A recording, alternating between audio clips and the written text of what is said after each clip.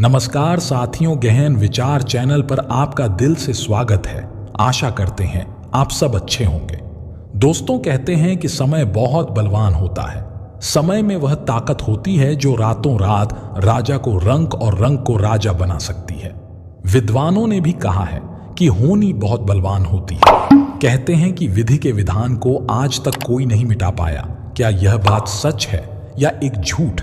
चलिए एक पौराणिक कहानी के माध्यम से इस बात को समझने का प्रयास करते हैं। साथियों, यह कहानी बड़ी ही शिक्षाप्रद, महत्वपूर्ण और ज्ञानवर्धक है।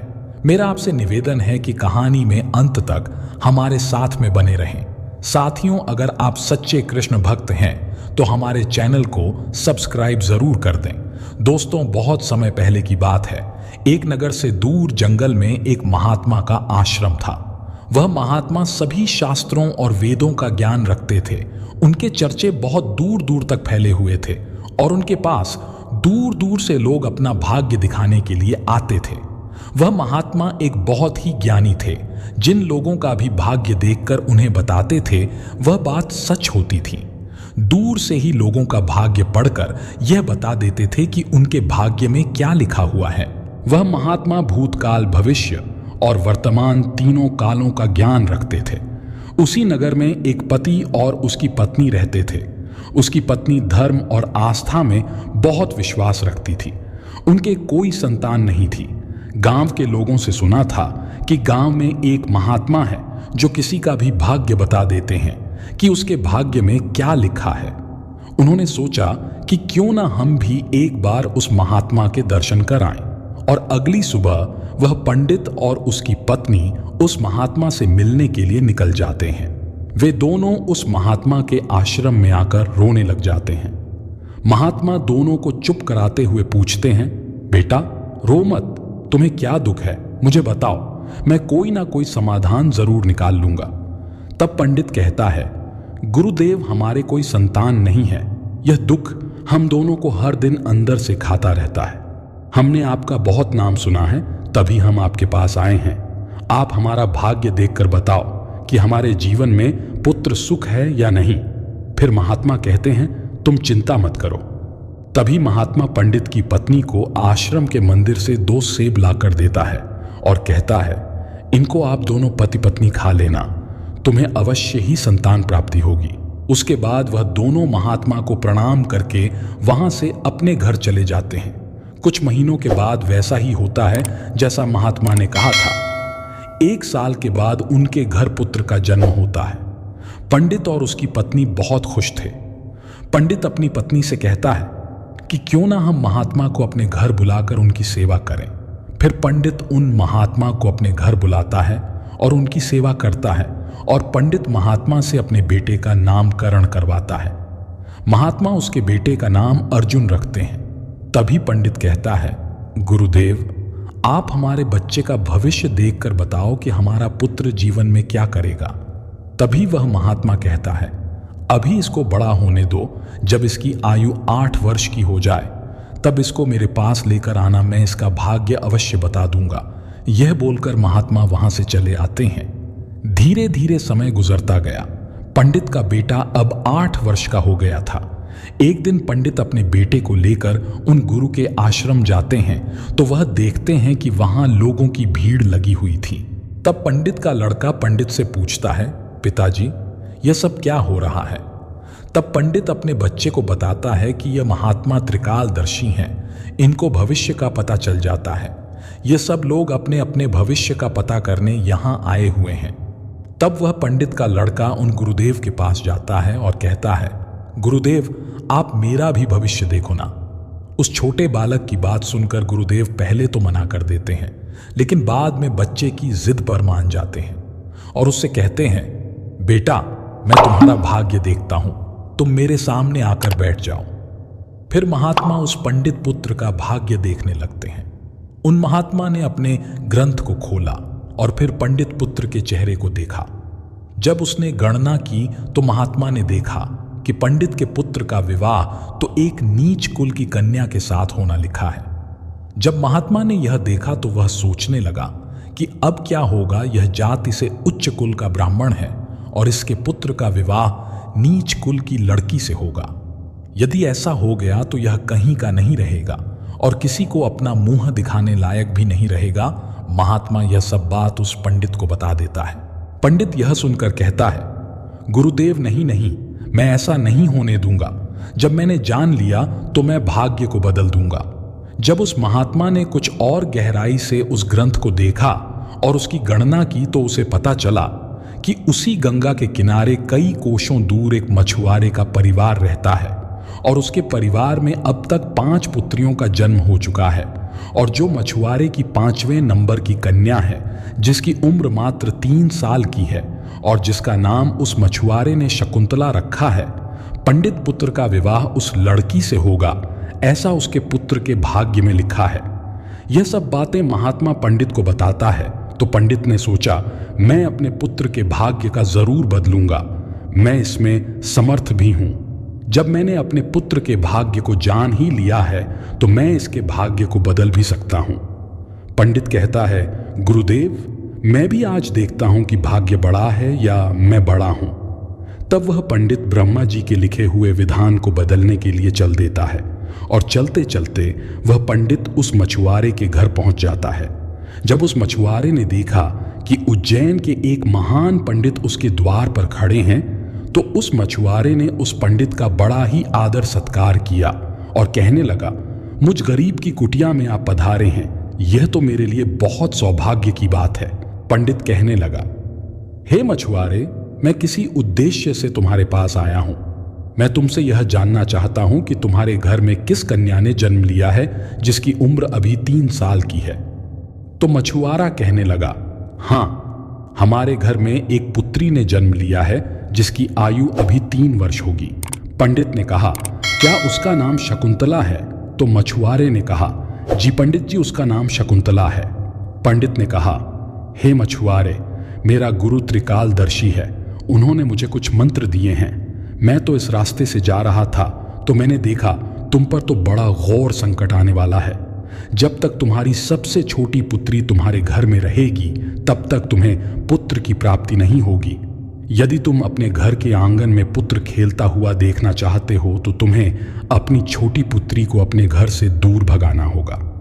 पंडित के ऐसे वचनों को सुनकर मछुआरा बोला, पंडित जी, अभी वह तो नवजात बालिका है, उसकी आयु तो भी मात्र 3 वर्ष की है, मैं उसे ऐसी हालत में कहां छोड़ सकता हूं। पंडित ने कहा, हे मछुआरे, जब मैं तुम्हें यह बता सकता हूं तो मैं तुम्हारी सहायता भी कर सकता हूं। पंडित उससे कहते हैं कि मेरी कोई पुत्री नहीं है, तुम एक काम करो, तुम अपनी इस कन्या को मुझे दे दो, मैं इसका पालन पोषण करूंगा और जब यह बड़ी हो जाएगी तो मैं अच्छा सा वर ढूंढकर इसका विवाह भी कर दूंगा। फिर वह मछुआरा पुत्र की लालसा में अपनी नवजात पुत्री को उस पंडित को दे देता है। पंडित मन ही मन बहुत खुश होता है और उस छोटी सी कन्या को लेकर चल देता है। चलते चलते वह पंडित सोचता है कि इस कन्या को मैंने मार दिया तो मुझे बाल हत्या का पाप लग जाएगा। फिर उस कन्या से छुटकारा पाने के लिए वह पंडित एक लोहार के पास जाता है और उस लोहार से एक लकड़ी का एक छोटा सा बक्सा बनवाता है और उस बक्से में वह उस नवजात कन्या को सुलाकर नदी के जल में प्रवाहित कर देता है। पंडित सोचने लगता है कि यह बक्सा कुछ दूर ही जाएगा और अपने आप ही डूब जाएगा और यह लड़की भी मर जाएगी। इस तरह इससे मेरा पीछा छूट जाएगा और मुझे बाल हत्या का पाप भी नहीं लगेगा। और यही सोचने हुए वह पंडित अपने घर चले जाता है। परंतु इस दुनिया में क्या कोई ऐसा व्यक्ति है जो किसी के भाग्य को बदल सके? क्योंकि उस लड़की के भाग्य में जीवन लिखा हुआ था, जिस कारण से वह बक्सा उस नदी के जल में नहीं डूबता है और नदी उसे बहाते हुए एक गांव के पास किनारे पर ले जाती है। उधर उस गांव का पंडित सुबह सुबह स्नान करने के लिए आता है तो उस पंडित की नजर उस बक्से पर पड़ती है। जब वह पंडित उस बक्से को खोलता है तो वह देखता है कि बक्से के अंदर बहुत ही सुंदर कन्या लेटी हुई अपने पैर के अंगूठे को चूस रही है। वह पंडित संतानहीन था और गंगा जी से रोज संतान प्राप्ति की प्रार्थना करता था। उस बच्ची को देखकर वह पंडित सोचने लगा कि गंगा जी ने मेरे लिए इस पुत्री को मेरी संतान बनने के लिए ही भेजा है और मेरी प्रार्थना गंगा जी ने स्वीकार कर ली है। और इस तरह वह पंडित उस कन्या को लेकर अपने घर के लिए चल देता है। जब पंडित अपने घर पहुंचा और उसने उस पुत्री को अपनी पत्नी को दिखाया तो उसकी पत्नी कहने लगी, आप यह किसकी पुत्री ले आए? यह तो बड़ी ही सुंदर है। तो पंडित जी कहने लगे, गंगा जी ने हमारी प्रार्थना स्वीकार कर ली और इस कन्या को हमारी संतान के रूप में हमारी झोली में डाल दिया है। आज से हमारी यह इकलौती पुत्री है। हम इसका बहुत अच्छे से पालन पोषण करेंगे और इसे अच्छे अच्छे संस्कार देंगे और इसे किसी भी चीज की कोई कमी नहीं होने देंगे। इस तरह वह पंडित और उसकी पत्नी उस कन्या का पालन पोषण करने लगे। समय गुजरता गया और समय के साथ साथ वह कन्या भी बड़ी हुई। जैसे जैसे वह लड़की बड़ी होती गई वैसे वैसे उसकी सुंदरता में चार चांद लगते गए। वह इतनी सुंदर थी जैसे कोई इंद्र की अप्सरा हो। फिर जब लड़की थोड़ी और बड़ी हुई तो एक दिन पंडित की पत्नी ने अपने पंडित से कहा, सुनते हो हमारी बिटिया अब बड़ी हो गई है और इसकी विवाह की भी उम्र हो गई है।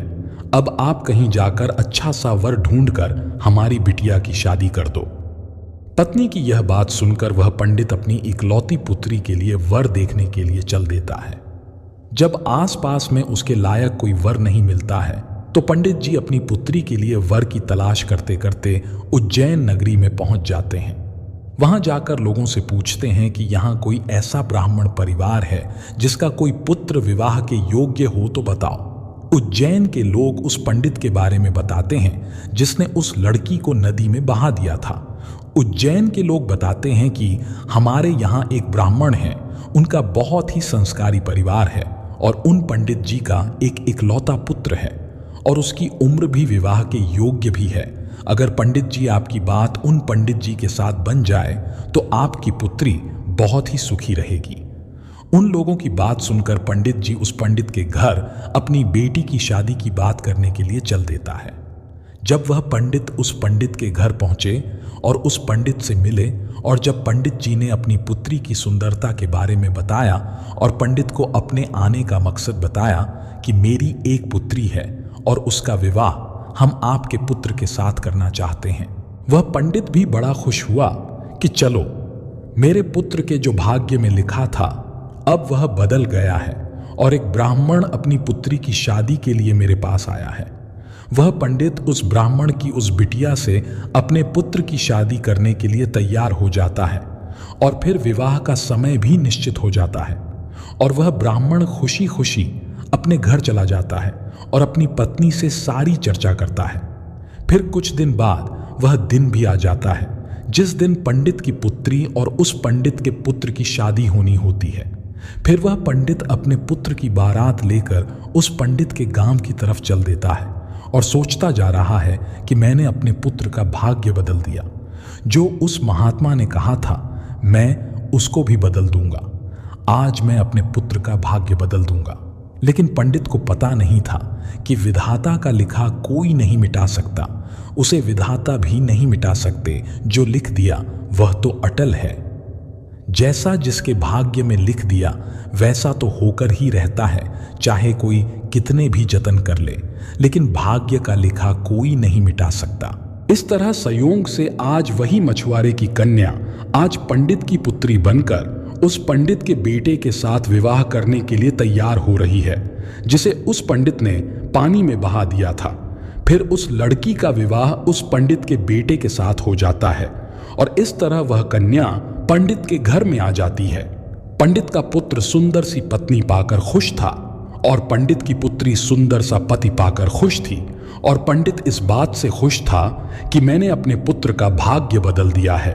फिर एक दिन किसी कार्य से उस पंडित के पुत्र को उज्जैन से कुछ दिनों के लिए बाहर जाना पड़ता है। एक दिन वह पंडित अपने बेटे की बहू को लेकर उस महात्मा के आश्रम जाते हैं। वहां पहुंचकर वे गुरुदेव को प्रणाम करते हैं और बताते हैं कि गुरुदेव, मैंने विधि के विधान को भी बदल दिया। यह सुनकर गुरुदेव हंसने लगते हैं। पंडित गुरुदेव को हंसता देख पूछते हैं, गुरुदेव आप हंस क्यों रहे हो? तब गुरुदेव पंडित को बताते हैं, यह वही लड़की है जिसको तुमने नदी में बहा दिया था। यह सुनकर पंडित का पसीना छूटने लगा। उसने सोचा, यह तो वही मछुआरे की लड़की है जिसे मैंने मरने के लिए नदी में प्रवाहित कर दिया था। फिर यह मेरे घर में मेरी पुत्र वधू बनकर कैसे आ गई? उसने शकुंतला से कहा, पुत्री, तुम अपने पिताजी की इकलौती पुत्री हो ना? तो वह कन्या बोली, जी पिताजी, मेरे असली माता पिता तो बड़े दुष्ट थे। उन्होंने मुझे 3 वर्ष की अवस्था में ही गंगा में प्रवाहित कर दिया था, और जो मेरे नए माता पिता हैं, इन्होंने मुझे नया जीवन दान दिया। जिस दिन से मुझे नया जीवन दान मिला है, तब से यही मेरे माता पिता हैं। जब पंडित ने यह साबित कर लिया कि यह वही मछुआरे की लड़की है, तो पंडित ने इस शकुंतला से निजात पाने के लिए एक युक्ति निकाली। पंडित अपने बेटे की बहू से बोला, बेटी, तुम पहली संतान पुत्र पाना चाहती हो तो मेरे साथ तुम्हें समुद्र पर चलना होगा। जब दोनों ससुर और पुत्र वधू समुद्र पर पहुंचे, तो पंडित ने अपने हाथ से एक अंगूठी निकाली और उस अंगूठी को दिखाते हुए समुद्र में फेंक दिया और उससे कहा, बेटी, जिस दिन तुम्हें यह अंगूठी मिल जाए, उसी दिन तुम अपने घर आ सकती हो। यह अंगूठी नहीं मिली और तुम अपने पिता के घर पहुंच गई या मेरे घर आ गई, तो तुम अपने पति को खो दोगी। इसलिए तब तक तुम्हें कहीं नहीं जाना है जब तक यह अंगूठी तुम्हें ना मिल जाए। यदि तुम मेरे वचनों को मानोगी तो तुम्हें अवश्य ही पुत्र की प्राप्ति होगी और तुम्हारा भाग्य भी जाग उठेगा। ऐसा कहकर वह पंडित उसको समुद्र के किनारे पर छोड़कर वापस अपने घर को लौट गया। शकुंतला ने काफी प्रयास किया, लेकिन अंगूठी नहीं मिली। जब अंगूठी नहीं मिली तो वह बेचारी एक रास्ते की तरफ चल दी, क्योंकि ना तो वह अपने पिता के घर जा सकती थी और ना ही वह अपने पति के घर जा सकती थी। फिर चलते चलते जब वह आगे बढ़ी तो सामने से एक राजपूताना परिवार आता हुआ दिखाई दिया, जो अपने गांव की तरफ जा रहा था। जब उस राजपूत परिवार ने उस लड़की को देखा तो कहने लगा, बेटी, इस जंगल में तुम अकेली कैसे घूम रही हो? यहां तो बहुत ही जानवर रहते हैं। तो वह कन्या बोली, क्या बताऊं, मैं विपत्ति की मारी हूं और मेरा इस दुनिया में कोई नहीं है। तो वह राजपूत परिवार बोला, बेटी, अगर तुम चाहो तो हमारे साथ चल सकती हो। जब शकुंतला ने यह सुना तो वह उनके साथ चलने के लिए तैयार हो गई। इस तरह शकुंतला को उस राजपूत परिवार ने अपने घर खाना बनाने के लिए रख लिया। जो राजपूत परिवार का मुखिया था, वह उस पंडित का बहुत ही घनिष्ठ मित्र था। कुछ समय बाद उधर जब पंडित का लड़का अपने घर आया और उसने अपने पिताजी से शकुंतला के बारे में पूछा, तो पंडित ने झूठ बता दिया कि गंगा स्नान करते समय तुम्हारी पत्नी शकुंतला डूबकर मर गई। जब पंडित के लड़के ने यह सुना तो उसे काफी दुख हुआ। उधर राजपूत परिवार जिस गांव में निवास करता था, उस गांव का एक पंडित अपने लड़की का रिश्ता लेकर उसी पंडित के घर पहुंच गया। उस पंडित ने पंडित से जब अपनी पुत्री के विवाह के लिए प्रस्ताव रखा, तो पंडित ने उस पंडित से कहा, हम अपने पुत्र के साथ तुम्हारी पुत्री का विवाह तो कर लेंगे, लेकिन विवाह से पहले हम तुम्हारी पुत्री को देखेंगे और उसके बाद ही विवाह करेंगे। क्योंकि पंडित को डर था कि कहीं मछुआरे की वही कन्या फिर से विवाह ना कर ले जो उसके लड़के के भाग्य में लिखी है। वह पंडित उस पंडित की शर्त मानने के लिए तैयार हो गया और अपने गांव को वापस लौट गया। अब पंडित अपने पुत्र के लिए लड़की देखने को उस पंडित के गांव की तरफ चल दिया। उधर जो अंगूठी उस पंडित ने समुद्र में फेंकी थी, उसे एक मछली निगल गई। एक दिन किसी मछुआरे ने समुद्र में जाल फेंका तो उस जाल में वह मछली फंस गई जो अंगूठी निकल गई थी। मछुआरा पकड़ी हुई मछली को बेचने के लिए वहीं पहुंच गया जहां वह राजपूत परिवार रहता था। परिवार के मुखिया को मछली खाना बहुत ही पसंद था, इसीलिए उस राजपूत ने उस मछुआरे से उस मछली को खरीद लिया और उस मछली को ले जाकर शकुंतला से कहा, बेटी, क्या तुम मेरे लिए मछली पका दोगी? तो शकुंतला बोली, जी पिताजी, मैं मछली तो नहीं खाती हूं, लेकिन आपके लिए जरूर बना दूंगी। इस प्रकार वह मछली लेकर रसोई में मछली को काटने लगी। जब शकुंतला ने उस मछली को काटा तो उसके पेट में से वही अंगूठी निकलकर जमीन पर गिर पड़ी। जब शकुंतला ने उस अंगूठी को देखा तो वह पहचान गई और अंगूठी पाकर बहुत खुश हुई। उधर वह पंडित अपने पुत्र को लेकर पंडित के गांव में पहुंचा और अपने बेटे से कहने लगा, हे पुत्र, इस गांव में हमारे घनिष्ठ राजपूत मित्र रहते हैं। पहले हम उनके पास चलते हैं, उसके बाद हम तुम्हारे लिए लड़की देखने पंडित जी के घर जाएंगे। पंडित के बेटे ने जब अपने पिता के ऐसे वचनों को सुना तो वह बोला, पिताजी, जो आपको अच्छा लगे वैसा ही कीजिए। फिर वे दोनों उस राजपूत के घर पहुंचे। राजपूत ने जब अपने मित्र पंडित को आते हुए देखा तो वह बहुत खुश हुआ और उनका पहले की भांति आदर सत्कार किया। आदर सत्कार करके उन्हें अपने पास में बिठाया और उसने शकुंतला को आवाज दी, बेटी, हमारे मित्र आए हैं, जरा उनके लिए पानी का इंतजाम करो। जब शकुंतला पानी लेकर आई तो शकुंतला ने पंडित को देखा, पंडित ने शकुंतला को देखा। फिर जब पंडित के लड़के ने शकुंतला को देखा तो वह कहने लगा, पिताजी, आपने मुझसे झूठ क्यों बोला कि शकुंतला मर गई, मेरी पत्नी तो जिंदा है। और यह आप जानते हैं, और यह जानते हुए भी आपने मेरा विवाह किसी अन्य लड़की से करने की कैसे सोची? तो वह पंडित दुखी मन से कहता है, पुत्र, मैं भटक गया था। मैं विधाता के लिखे भाग्य को बदलने के प्रयास में इतना नीच कर्म कर बैठा कि कुछ पूछो ही मत। फिर उसने पूरी कहानी सभी को सुना दी और कहने लगा, मुझे अपने ऊपर कुछ ज्यादा ही घमंड हो गया था जो विधाता के लिखे को मिटाने चला था। मैंने लाख कोशिश की लेकिन हुआ वही जो तेरे भाग्य में लिखा था। यह कहकर उसने अपने बेटे की बहू से माफी मांगी और आदर सत्कार से उसे घर लेकर आ गया। श्री कृष्ण ने कहा है, मैं विधाता होकर भी विधि के विधान को नहीं टाल सका। मेरी चाह राधा थी और चाहती मुझको मीरा थी, पर मैं हो रुक्मणी का गया।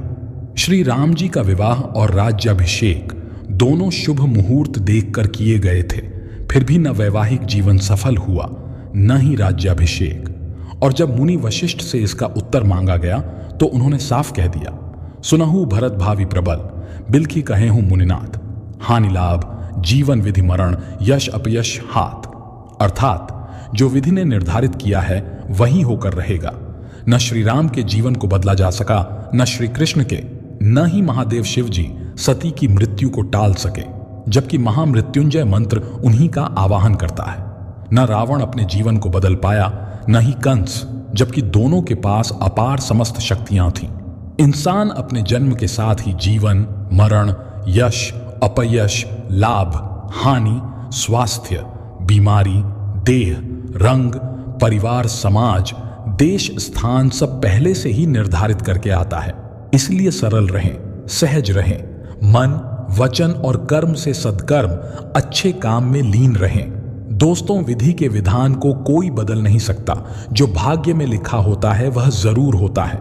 दोस्तों, उम्मीद करता हूं कि आपको आज की वीडियो पसंद आई होगी, तो इस वीडियो को उस इंसान को जरूर शेयर करें जिससे यह कहानी सुनने की जरूरत है। साथियों, चैनल को सब्सक्राइब जरूर करें। साथियों, फिर मिलेंगे एक नई वीडियो में, तब तक के लिए जय श्री कृष्ण।